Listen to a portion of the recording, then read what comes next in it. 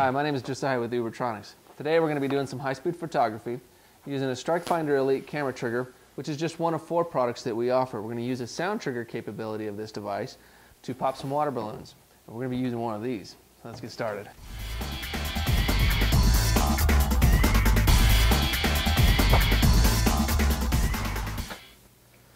Okay, what we're going to do now is we're going to attach the cable to the flash using a PC sync cable.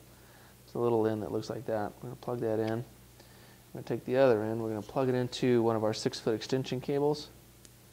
And then the other end of that, we'll plug it into the Strike Finder Elite. All of our cameras, all of our triggers have the flash cam port.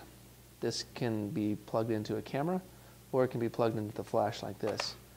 Then once we have that hooked up, we'll take the sound sensor, like here. We'll plug that in, and we're ready to go. Okay, what we're going to do now is we're going to set our flash to manual mode. And then the power, we're going to set to 128 power. That way the flash stays only lit for just a barely of a second. I think it's 1/10,000th of a second. That allows us to capture the water balloon as it's breaking and capture a very crisp photograph. If I had it up here, the flash stays on too long and will cause a totally different effect. It'll cause the water to blur a little bit, but I want a tight, crisp shot, so I'll set it to 128 power. If we're going to be shooting on long exposure, we're going to set the camera on manual mode. Most DSLRs have the manual mode. It's designated by the M. And then we're going to set our shutter to about 10 seconds. We're going to be using the flash to actually expose the image onto the film. I like to shoot at about 10 seconds, and for water balloons, I'll shoot at about 7.1 or so, depending on what kind of image I'm looking for. This will give us a nice, clear, crisp shot, and we'll go from there.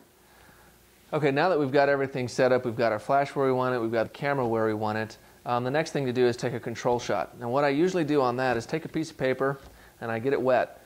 The reason for getting it wet is so that when I see the BB or the bullet hit it, I know that it's beyond the piece of paper or before the piece of paper, especially when I take my control shot. So that's extremely important to know.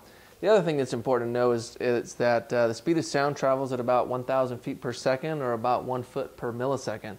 That's really important to know because that depends where we're going to put our sound sensor for the Strike Finder Elite. So let's go ahead and take a couple control shots.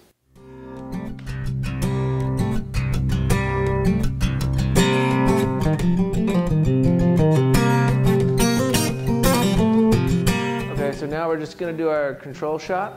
I'm going to turn out the lights, hit the camera, and fire. And we'll give it a second. We should have the image we want. So now that we've saw the little pellet and the spray beyond that, we know now we got our proper distance. We're about 2 feet away from the sensor, from the sound trigger, and we can put the end of the barrel about at this point. We can get really creative. If we want the pellet to be a little bit beyond and we want to capture the pellet over on this side, or maybe we want to get it just as it's hitting the balloon, we can really experiment with that by our approximate distance. So right now we're shooting about 1.5 feet away to get that little bit of spray. So let's get creative. Let's see what kind of shots we get. I'm going to turn out the lights, flip on the camera, and fire.